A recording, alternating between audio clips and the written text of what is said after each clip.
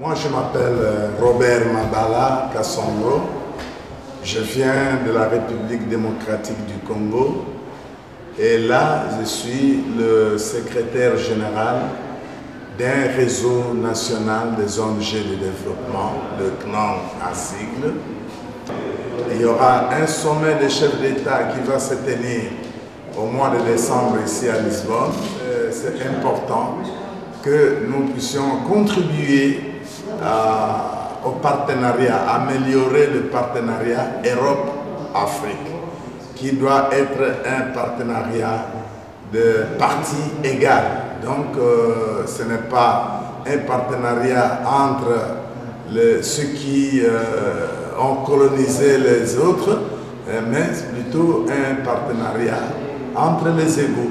Et c'est ça qui est important. Nous devons reformuler le type de partenariat entre l'Europe et l'Afrique.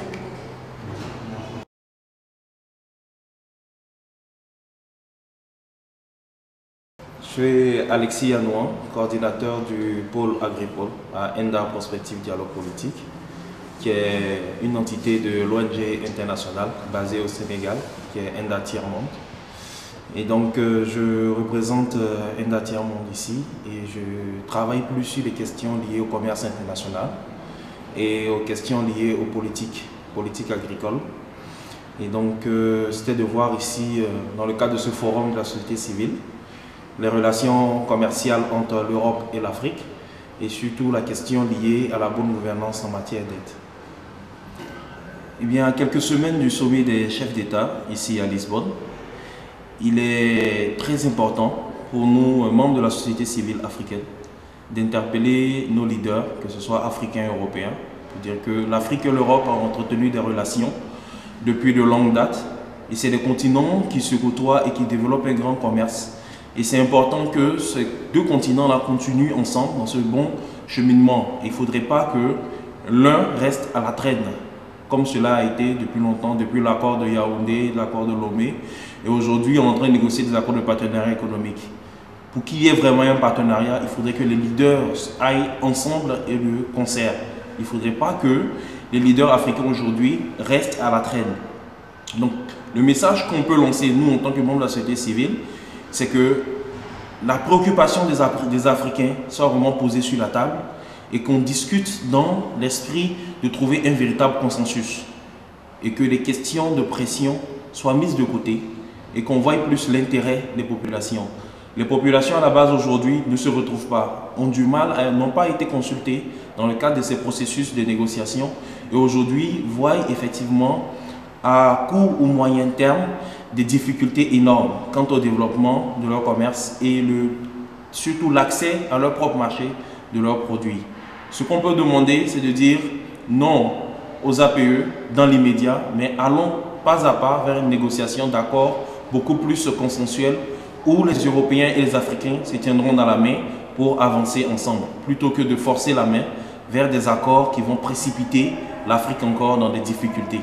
Et donc, mettons-nous ensemble, veillons à ce que le commerce de l'Afrique passe de l'étape de l'exportation des matières premières vers une transformation, une délocalisation des entreprises européennes, mais cela en respectant aussi le besoin de sécurité et de souveraineté alimentaire en Afrique.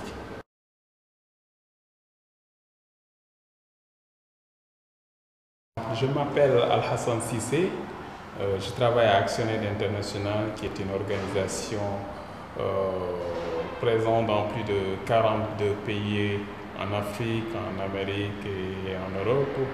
Me concernant, je m'occupe, je suis le responsable du droit à l'alimentation, qui est une composante essentielle dans le programme d'Actionnaire aussi bien au niveau international qu'au niveau des différents pays où il est présent.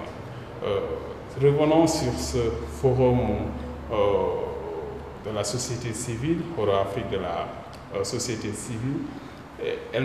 Il nous permet à plusieurs niveaux de montrer nos préoccupations par rapport aux thèmes qui sont inscrits dans la stratégie Europe-Afrique. Et essentiellement, l'essentiel de ces thèmes sont liés au droit à l'alimentation. Si nous prenons par exemple la migration et le développement que nous discutons aujourd'hui, il est essentiellement lié au droit à l'alimentation et à la faim.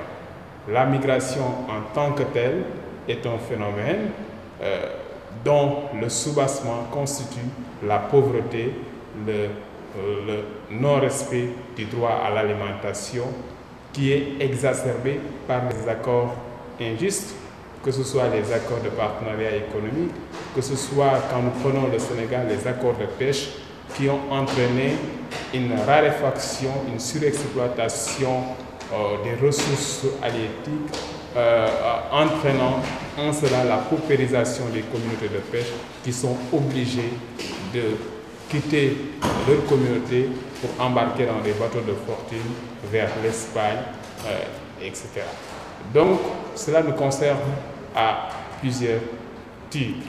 Nous devons influencer, nous devons montrer à l'Europe, à l'Afrique, à ses dirigeants aussi, que toute stratégie, tout accord doit prendre en compte les intérêts des producteurs africains qui, pour l'essentiel,